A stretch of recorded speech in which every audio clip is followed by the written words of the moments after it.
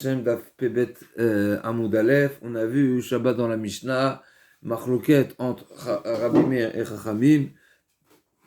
À partir de quand, c'est un sujet qu'on avait déjà vu, à partir de quand une personne qui a acheté des arbres fruitiers dans le terrain de son ami, donc il lui a dit je te vends les arbres, il n'a pas précisé la vente du terrain, il a vendu que les arbres, à partir de quand le terrain est vendu par défaut. Même sans le préciser, il est considéré vendu déjà. Et donc la conséquence, bien sûr, directe, il y a deux grandes conséquences. C'est premièrement, d'accord, donc s'il a un droit sur le sol, automatiquement, il aura un droit de replanter des arbres si les premiers dessèchent. Par contre, s'il n'est pas propriétaire du sol, c'est comme si je te donnais l'usufruit de l'arbre. Dès le moment où l'arbre, pour une raison ou pour une autre, il a été déraciné, il est mort ou quoi, il a séché, eh ben, il n'y a plus de il a plus rien chez son ami. La deuxième nafkamina qu'on a vue hier, c'est est-ce que il offrira les bikurim, est-ce il offrira donc c'est la paracha de la semaine, est-ce qu'il amènera les bikurim avec le récit qui accompagne cette offrande, comme c'est marqué, Vanita Vamarta, Rami Ovedavi, etc., tout le récit. Et donc, s'il a, d'après Chachamim, à partir de 3 arbres, il est propriétaire du sol, jusqu'à 3 arbres, donc 1 ou 2 arbres, il n'est pas propriétaire du sol. D'après Rabbi Meir, on descend d'un niveau. Dès le moment où il a vendu 2 arbres, il est déjà propriétaire du sol, et donc il offrira les bikurim avec le récit. Donc ça, c'était la machloket. Donc l'Agma a dit, la Mishnah nous a cité deux autres nafkaminot. C'est concernant cette vente-là, si est inclus le sol ou pas. Eh bien, la Mishnah a dit comme ça, si s'il lui a vendu le terrain, s'il lui a vendu le terrain, donc s'il y a le branchage qui dépasse et qui va chez son voisin, eh bien là, il pourra couper comme un voisin où le branchage dérange, tu peux couper. Par contre, s'il lui a vendu l'arbre, il n'a pas vendu le terrain, eh ben c'est l'arbre comme il se donne, comme il se déploie, comme il évolue, eh bien il pourra rien lui reprocher, lui exiger. Deuxième différence, la Mishnah dit, s'il y a des nouveaux arbres qui ont poussé à partir du premier arbre, d'accord? Donc dans le cas où il a vendu un arbre, et il lui a pas vendu donc un arbre ou 2 arbres d'après Rachamim, il lui a pas vendu le sol. S'il y a une nouvelle pousse à partir de la racine qui pousse, c'est au vendeur ou à l'acheteur? La Mishnah, elle dit la différence. Si ça vient de la racine, c'est au vendeur, parce que c'est venu de la terre. Ça vient pas de la terre, donc moi je t'ai vendu que l'arbre. Si c'est le deuxième arbre, il est sorti à partir du tronc, eh ben ça appartient à l'acheteur. Donc ça c'est la différence. Et des fois il y a des oliviers il y a des branches qui sont comme ça entourées et ils poussent comme ça. Alors il y a plein de branches, il y a plein d'arbres en fait. Il y a plein de. Encore une fois, nous on a. La Mishnah nous a dit une des nafkaminaot, higdilou, lo ishfe. Si les branchages s'est développé et donc le propriétaire du terrain prétend ton branchage porte atteinte à mes pousses parce que ça cause de l'ombre et on sait qu'un terrain qui est ombragé, eh ben ça pousse moins bien. On peut faire l'expérience quelque chose d'extraordinaire quand il y a une plante qui est exposée au soleil. Il y a des plantes qui ont besoin du soleil. Si elles n'ont pas de soleil, nada, elles poussent pas. C'est incroyable. Et vice versa. Il y en a d'autres qui au contraire ont besoin d'être un petit peu. Il faut pas un plein soleil. En tous les cas, le propriétaire du terrain ne pourra pas prétendre ton branchage me cause du tort. Pourquoi? Parce que je t'ai vendu l'arbre et toute l'exploitation de l'arbre, comme il pousse, il pousse. Alors l'Agma a dit, et par contre, la deuxième nafkamina, encore une fois, on a dit, et c'est sur ça que l'Agma va revenir, s'il y a un nouvel arbre qui pousse à partir du tronc, eh ben, ça appartient à l'acheteur. À l'acheteur, l'Agma, elle pose une question ici. Donc l'Agma a dit, Echidami, Minageza, Vechidami, Minashorashim. Qu'est-ce qui s'appelle du tronc et qu'est-ce qui s'appelle des racines. Donc on a dit, si c'est du tronc, ça appartient au propriétaire de l'arbre. Dans le cas où il a vendu que l'arbre, sans le sol. Donc il a vendu un seul arbre. Il y a un nouveau tronc qui pousse à partir du premier tronc. Et bien ce deuxième tronc, il appartient aussi au propriétaire de l'arbre. Et par contre, si ça pousse à partir des shorashim, des racines, alors là, c'est au propriétaire du terrain. Rabbi Yochanan, kol sheroe pnei hachama zeu min hageza. Tout ce qui était visible, tout ce qui était exposé, ça s'appelle du tronc. Vesheno roe pnei hachama zeu min hashorashim. Par contre, si ça ne s'était pas exposé, donc ça s'appelle des racines. L'agma demande, l'agma dit un problème ici. Vedilma masikara sirton peut-être que il y a un risque que il y ait le niveau du sol va monter. Et donc, écoutez bien la problématique. Donc, admettons que j'ai un arbre ici, et j'ai un autre tronc qui a poussé à partir du premier tronc. D'accord? On est bon jusqu'à là, on est bon. On est en train de dire que ce deuxième arbre-là, qui a poussé à partir du tronc, il appartient à qui? Au propriétaire de l'arbre. D'accord? Maintenant, si le niveau du sol va monter, et admettons que sur le premier tronc, il y a 2 nouveaux arbres qui ont poussé. Donc il va se trouver le propriétaire de l'arbre avec combien d'arbres? 3. Et nous, on va croire, en réalité, il pourra prétendre maintenant qu'en réalité, lui, il a pris possession des 3 arbres, puisque jusqu'à présent, il n'y avait pas de revendication sur l'appartenance des arbres, parce que les arbres ont poussé à partir du tronc. Donc lui, pendant des années, admettons, pendant des années, il a cultivé, il a exploité ces 3 arbres, et le jour où il y a une remontée du niveau, c'est quelque chose qui peut exister, comme ça, mal les Sirton, et donc la terre, elle va couvrir la base et la partie basse du tronc. Et là, le propriétaire des arbres va prétendre qu'en réalité, moi, j'ai pris possession de 3 arbres. Et donc, on sait que là, Rachami nous dit, dès le moment où j'achète 3 arbres, j'achète aussi le droit du sol. Et donc, il risquerait de revendiquer l'appartenance du carca, du terrain. Et donc, ça pourrait causer un tort au vendeur. Donc, encore une fois, l'Agma a dit, Rabbi Yochanan, ici, l'Agma expose un problème. Comment Chachamim n'ont pas anticipé, Kaviachol, ce risque que de donner un droit à l'acquéreur qui sera à la charge et au désavantage du vendeur. Donc, Ve'amarle tlata zvinat, li ve'itliara, et là, Marav Nachman, ikot, ken Rabbi Yochanan ikot. Ça m'a dit, c'est pour cela qu'effectivement, c'est vrai que la Mishnah a donné droit au propriétaire de l'arbre, et il est propriétaire de ce qui va pousser à partir du tronc, mais par contre, on lui demandera de couper. Il sera propriétaire du bois, pas de l'arbre, dans le sens où il ne pourra pas exploiter l'arbre et il ne pourra pas le laisser pousser pour profiter et exploiter les fruits, parce qu'il risquerait un jour de venir revendiquer l'appartenance du terrain. Alors, c'est intéressant que c'est la seule solution que Chachamim nous ont trouvée. On aurait pu trouver toutes sortes de solutions, comme Mecha, par exemple, comme on a vu dans le 3e Pérec, où on aurait pu trouver une solution d'un shtar ou autre. Là, on dit non, pas d'exploitation, puisque c'est un risque de faire perdre et d'être au désavantage. C'est un risque qui serait au désavantage du vendeur. Et donc la seule solution. Quand les 3 arbres sont. Donc c'est une question, j'entends la question. Le sujet qui est plutôt discuté par les Shonim ici est de savoir, dans un cas de désaccord, qui est-ce qui sera crédible? Est-ce que c'est le vendeur qui est crédible ou c'est l'acheteur qui est crédible? Et il y a un autre sujet aussi qui est un sujet plus technique, mais on n'a qu'à creuser et voir l'origine de ces 3 arbres. Est-ce que à l'origine c'était un tronc ou pas? Mais encore ça, c'est une question déjà qui est plus technique. Chazak Baruch, j'entends la remarque. On va voir dans la suite de l'Agma, effectivement, à partir de quelle distance doivent avoir les arbres pour que tout le terrain qui est entre les arbres soit vendu ou non à l'acheteur des arbres. Donc, Amar Rav Nachman, Naktinan, Dekel Elogeza. Donc, Rav Nachman nous dit, un palmier n'a pas de tronc. Et l'Agma a dit, ça va, Rav Zvid le Memar, Elogeza le Baladekel.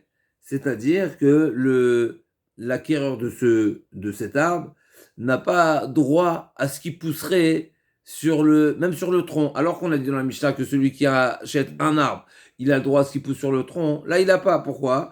Ça va, Rav Zvi le Main Logeza le Baal Dekel, Dekevan de Mirpar Lushashkae, Asouche et Masardate. Du fait que on a dit celui qui vend un palmier, en réalité, il lui vend pas l'arbre pour l'exploitation, mais il est fait pour être déraciné. Et donc finalement, il n'a pas de endato alav, il n'a pas son intention n'était pas d'exploiter cette partie de l'arbre. Donc Rav Nachman dit, dès qu'elle, un palmier, en logeza, il n'a pas de il n'a pas de tronc. Ça veut dire quoi, il n'a pas de tronc? Rav Zvid a voulu interpréter que l'acheteur de cet arbre-là, du fait qu'il sait que ce palmier risque de sécher, le jour où il séchera, eh ben, il n'aura pas le droit d'exploiter la surface, puisque une fois qu'un arbre qui est vendu, un arbre seul qui est vendu, eh ben, une fois qu'il a séché, eh ben, le vendeur, le propriétaire du terrain lui dit, prends ton arbre et va-t'en. Donc, Rav Zvid a supposé interpréter pas supposé, parce que a priori c'est ce qu'il va maintenir, interpréter les propos de Rav Nachman en disant que ce qui va pousser sur le tronc, eh ben il n'a pas Messiar Dato, il se désespère et c'était pas dans cette intention qu'il a pris possession de cet arbre-là, et donc ça lui appartient pas. La Gemara demande Matkifla va pas Vea Koneshne Ilano Denmirfar Mishresh Kame Vea Katen Yeshlo Geza. Je comprends pas. Dans la Mishnah c'est marqué que celui qui achète 2 arbres, eh ben même si il n'a pas le droit de replanter dans le cas où ça sèche, quand même la Mishnah nous dit que l'acquéreur de ces arbres là, il a un droit sur ce qui a poussé à partir du tronc. Donc c'est quoi la différence entre le palmier et les 2 arbres de manière générale?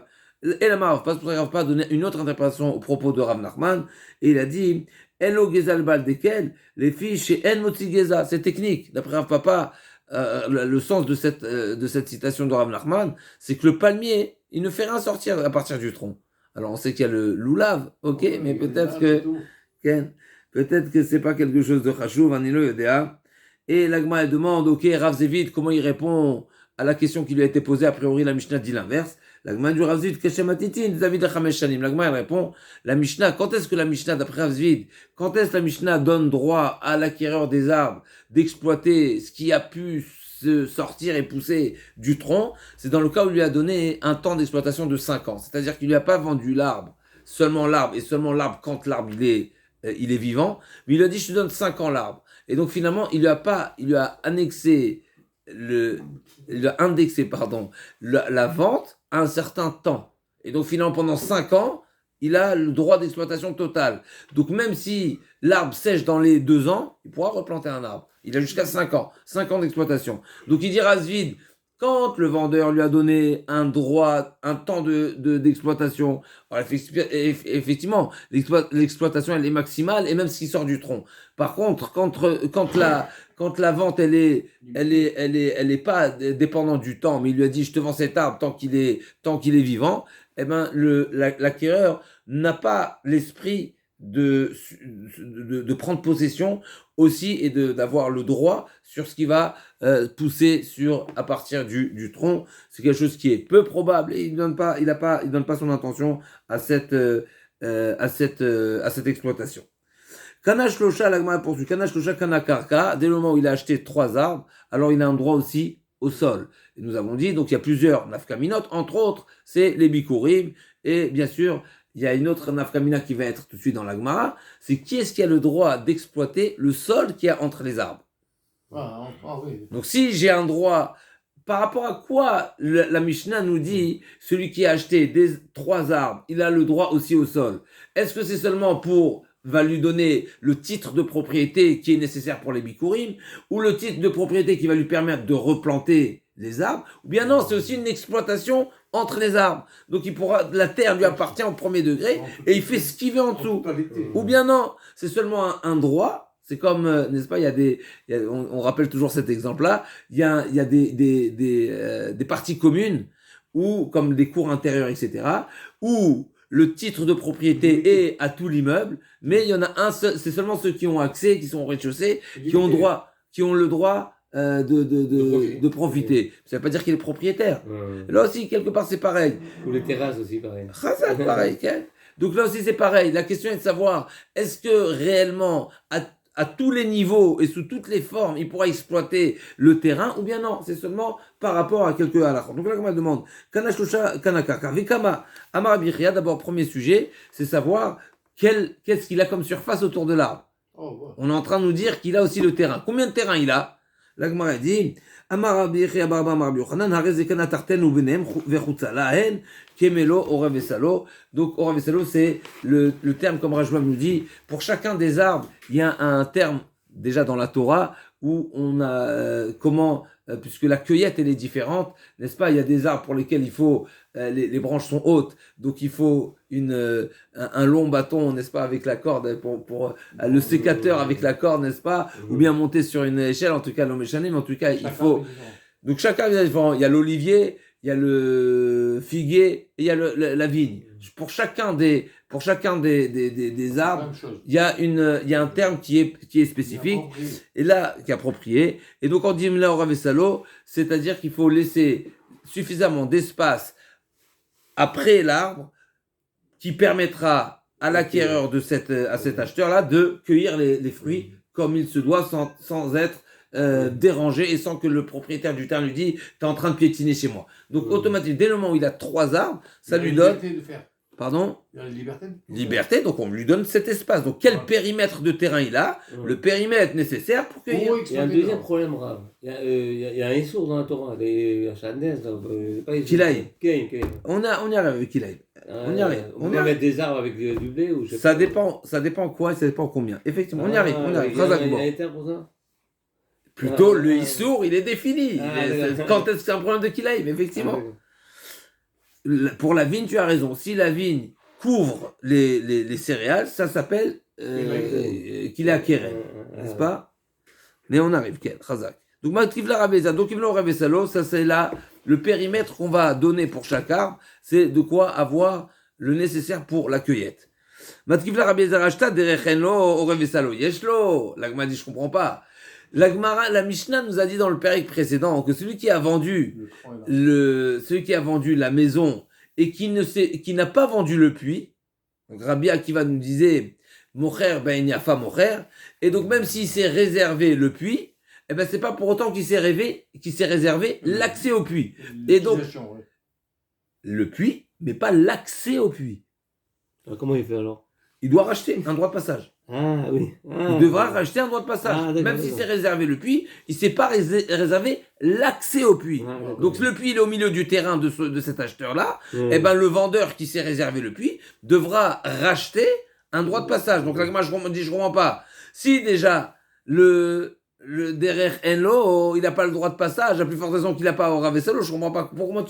Comment tu vas lui offrir cet espace-là ? Il m'a dit non, pas du tout. Au contraire. Le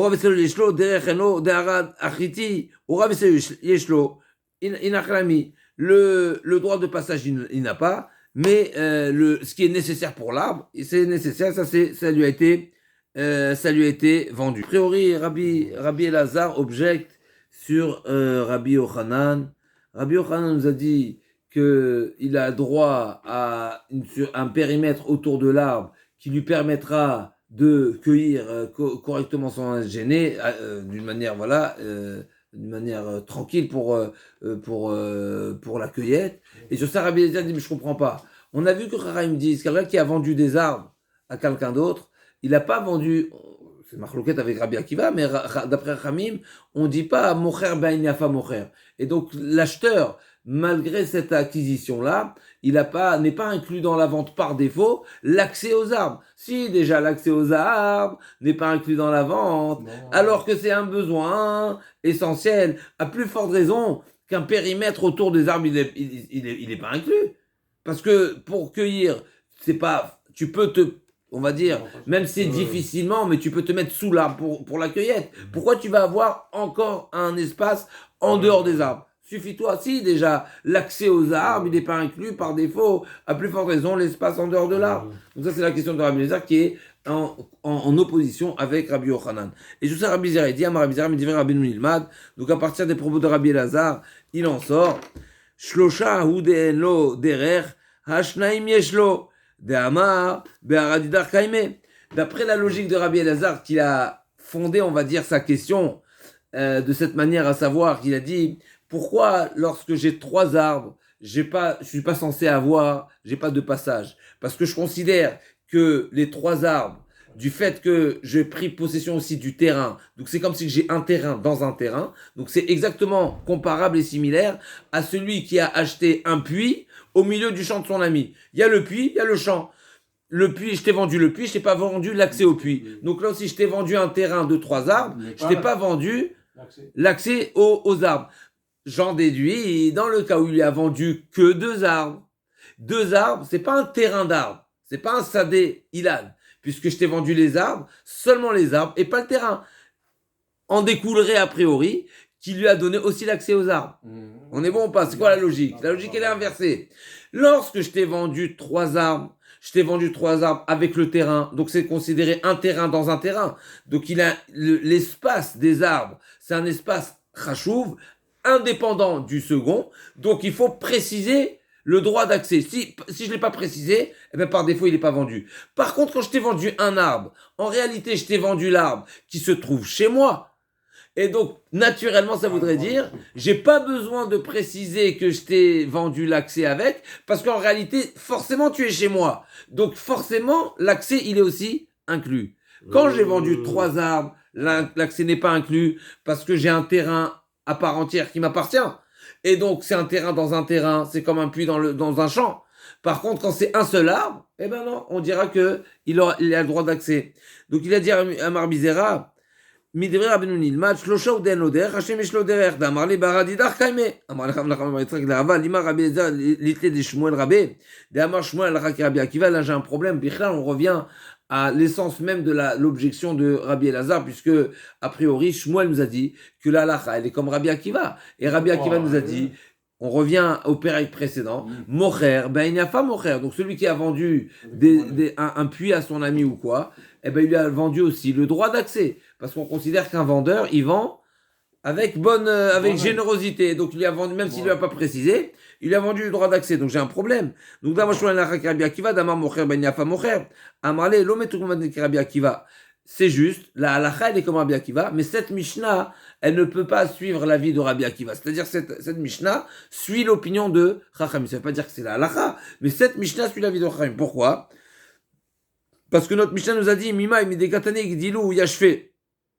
C'est marqué dans notre Mishnah, lorsqu'il lui a vendu 3 arbres, et donc il lui a vendu aussi le terrain, si le branchage dépasse l'espace qui a été vendu, eh ben le vendeur, donc le propriétaire du terrain qui est aux alentours du terrain sur lequel il y a les arbres, il peut lui demander d'égaliser les branches.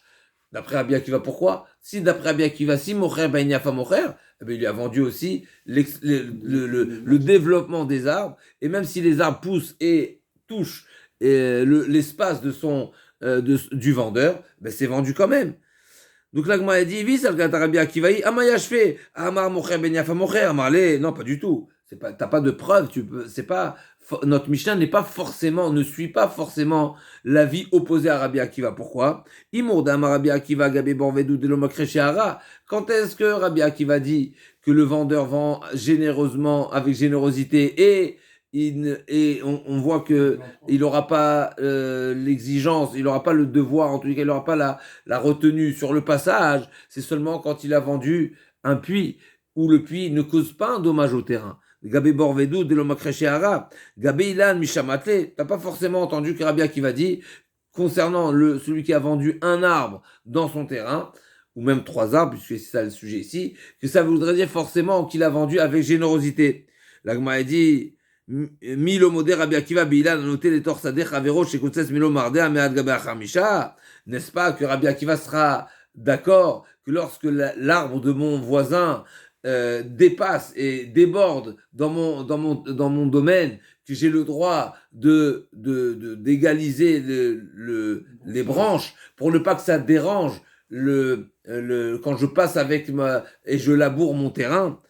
Donc Emelo, n'est-ce pas, chez Kotsetz Melo Mardea Malgaber Khamisha Meal Kharisha, donc c'est la hauteur qui est nécessaire quand je laboure Melo Mardea Meal Gaber Kharisha, donc c'est la Mardea, n'est-ce pas, c'est on a vu dans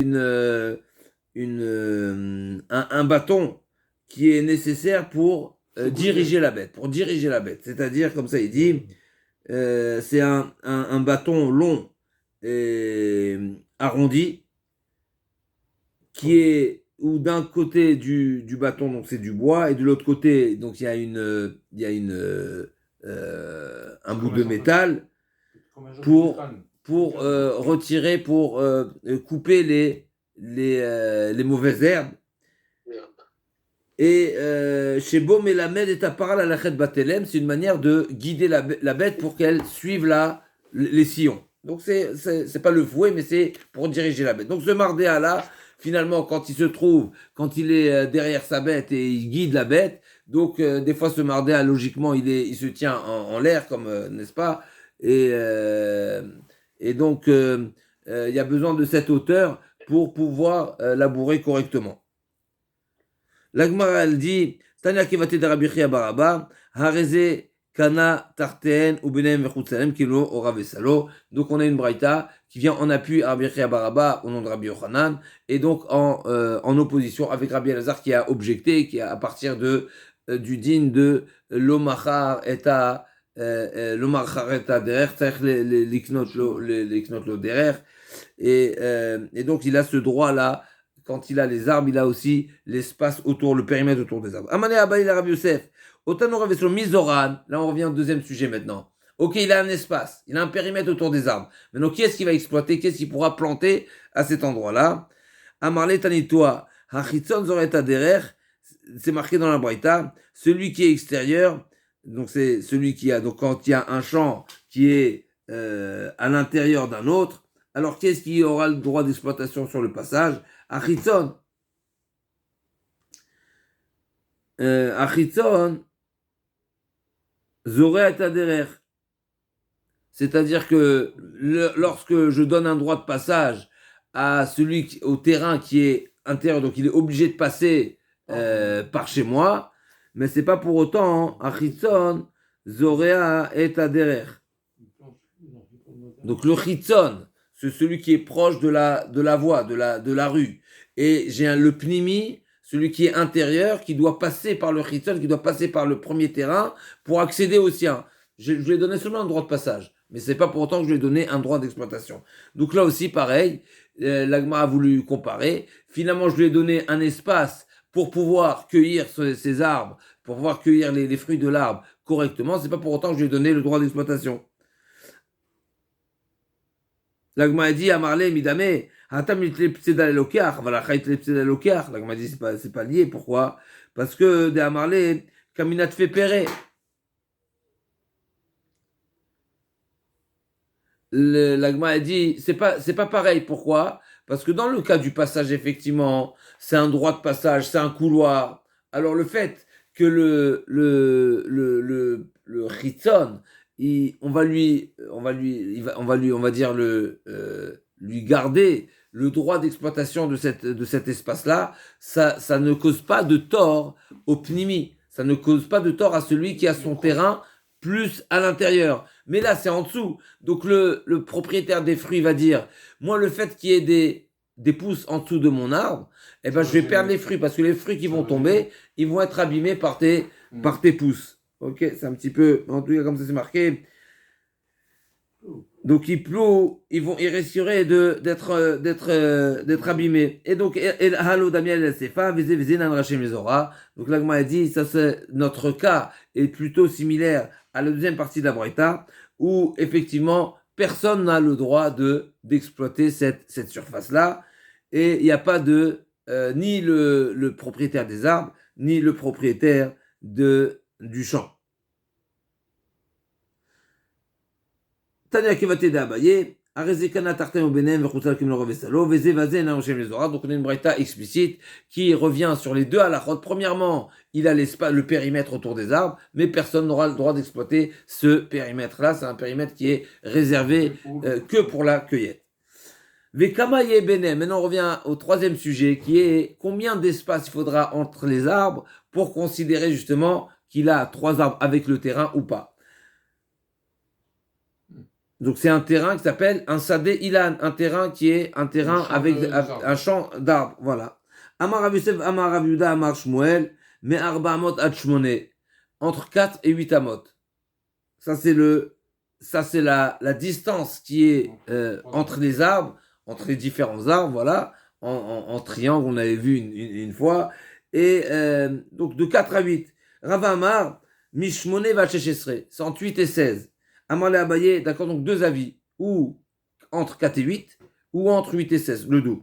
Amar le Abaye, le Rav Selo, Tivlog, le Rav Nachman, Damit Kevate Ditnan, Notet, Kamo Sheshesre Amar, Hacheshesre Amar, Mutar la Vizera les Sham. Là, on répond à la question de Mordechai.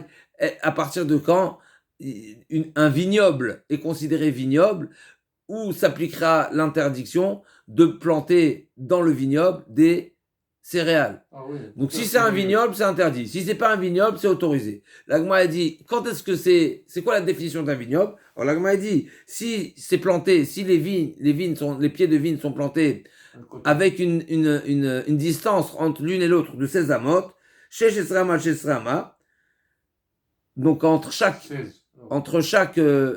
rangée de vignes, il y a 16 amotes, alors c'est marqué Moutar la Vizera Lesham. Il aura le droit d'amener et de planter des céréales là-bas. Et donc finalement, on voit clairement que qu'est-ce qui est considéré juste, c'est quoi la distance qu'il y a entre les arbres qui va définir que c'est pas un même terrain, et c'est pour ça que j'ai le droit de planter des céréales, c'est 16 amotes. Donc jusqu'à 16 amotes, ça s'appelle un vignoble.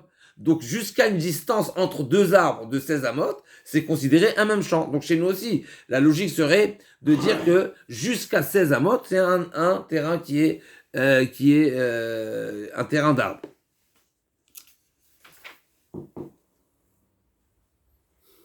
Amar Rav Yehuda Maaseh Betalmon Bechad Shenatet Kamo Shesra Amar Shesra Amar Ve'aya Hofer Se'ar Shte Shurot Letzad Echad Ve'zora Et Tanir Ushana Acheret Haya Hofer Ta Se'ar Limkom Azera Ve'zara Et Abour U'Maaseh Lechayim V'nei Ve'etiru. Donc s'il y avait, l'Agma nous raconte une histoire, il y avait une personne qui avait donc un vignoble qui était planté de cette manière-là, où il y avait 16 amotes entre les différentes rangées de vignes et des pieds de vigne. Et qu'est-ce qu'il faisait? Le problème, c'est le pied de vigne, il a 16 amotes. Mais la vigne, elle s'étend. Donc elle va dans un sens ou dans l'autre. Donc qu'est-ce qu'il faisait?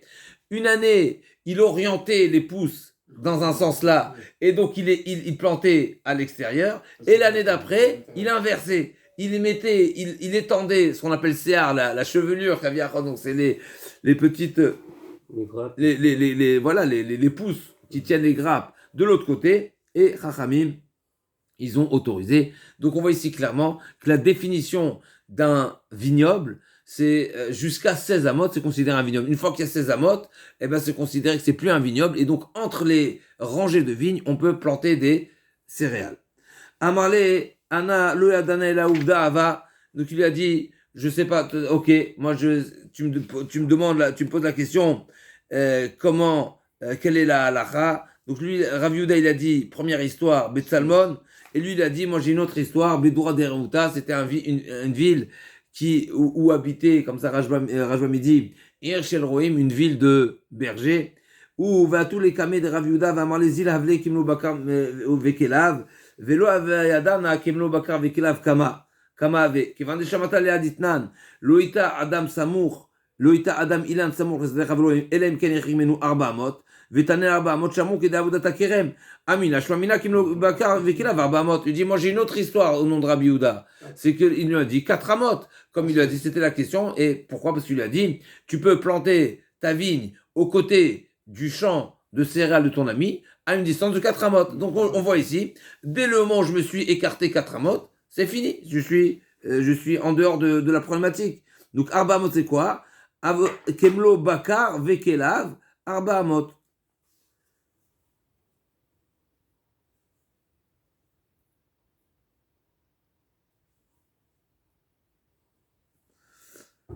Donc il a dit Vetanel Arba Amot Shamo qui d'avodat takerem Amina Shmamina Kimlo Bakar Vekelav Arba Amot. L'Agma demande ou Kerav Yosef Miliotnan Veatnan Rabbi Meir Rabbi Shimon Omer Omrim Anotea et Karmo Shmone Amot al Shmone Mutar la Vizera Lesham. En plus de ça, j'ai une Mishnah comme au nom de Rabbi Shimon et Rabbi Meir qui dit, dès le moment où le Kerem il est séparé les rangées de vignes sont séparées d'une distance de 8, eh ben il peut amener. Donc finalement, on a deux enseignements. Une fois c'est marqué 8, une fois c'est marqué 16. Donc effectivement, on a une Mishnah qui va dans ce sens-là, que jusqu'à 8, c'est considéré un terrain d'arbre. Plus que 8, c'est plus un terrain d'arbre. Et la preuve en est que je peux planter mes céréales entre les rangées de vignes. Moutar avizeracha afilo achi, maase adif, l'agma a dit, malgré tout, l'histoire prouve que finalement, il faudra maase. Donc c'était une maase betsalmo, c'est-à-dire c'était une réalité, c'était une histoire qui s'est produite et Chachamim lui a autorisé. Donc c'est une preuve qu'il faut 16 amot pour que ce soit pas considéré un vignoble. Donc c'est Maaseh Rav Ken. Bishlama le Rav Yosef Aliba de Rabbi Shimon Shaminan Mefuzarim Shaminan Retzufin. Mefuzarim Adamran Retzufin Ditnan Kerem Anato al Pachot Me'arba Moteno Kerem Diver Rabbi Shimon Vachem Omrim Keren Roim Etem Tzem Kilu Enan. On a besoin, l'Agma elle demande, j'ai besoin de deux indices. J'ai besoin de connaître la distance maximale et la distance minimale. Pour savoir, donc de même qu'on a dit 16, 8 et 16, on a dit aussi 4 et 8. Maintenant, je veux une source. Donc, on a vu ici 4, d'où on sait l'espace. Donc, on a vu la distance de 8, et on a vu dans une autre. Donc, à partir jusqu'à 8, c'est un vignoble.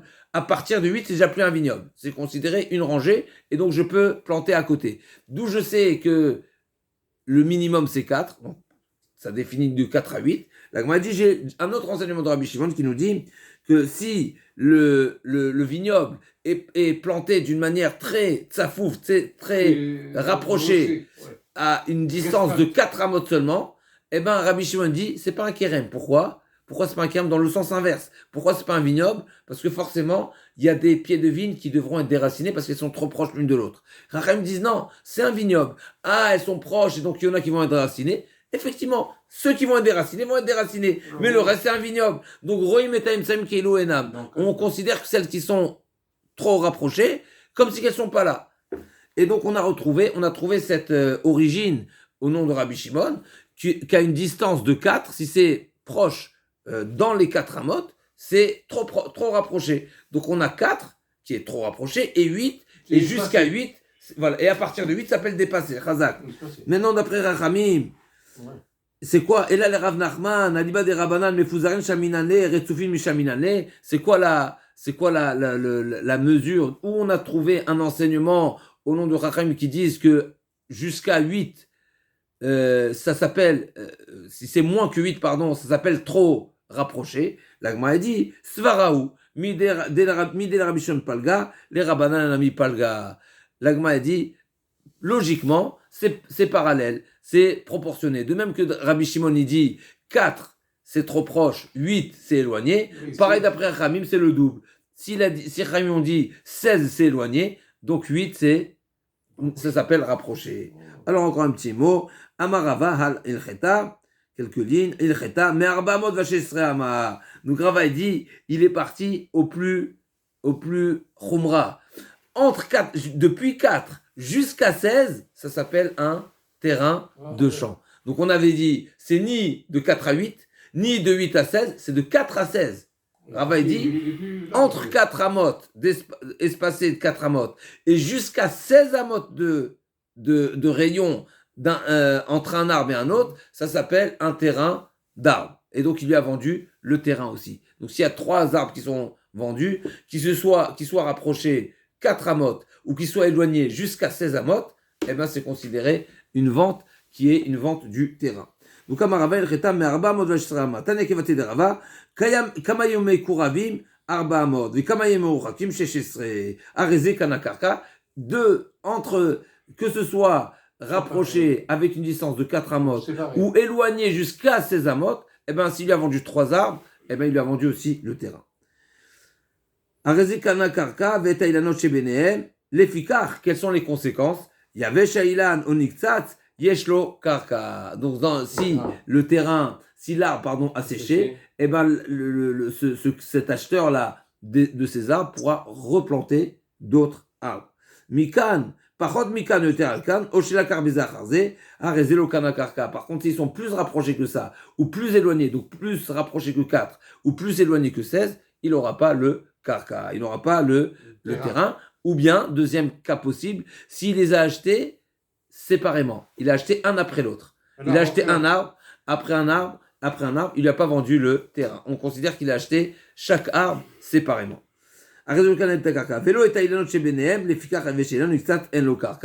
C'est pour cela la conséquence qui s'impose, c'est qu'il n'aura pas le droit de replanter des arbres si ils ont séché. On s'arrête à Bezat Hashem, on se retrouve la semaine prochaine, et on pense demain Bezat Hashem pour la suite de Je plante un la arbre ici. Gemara. Il faut planter un arbre.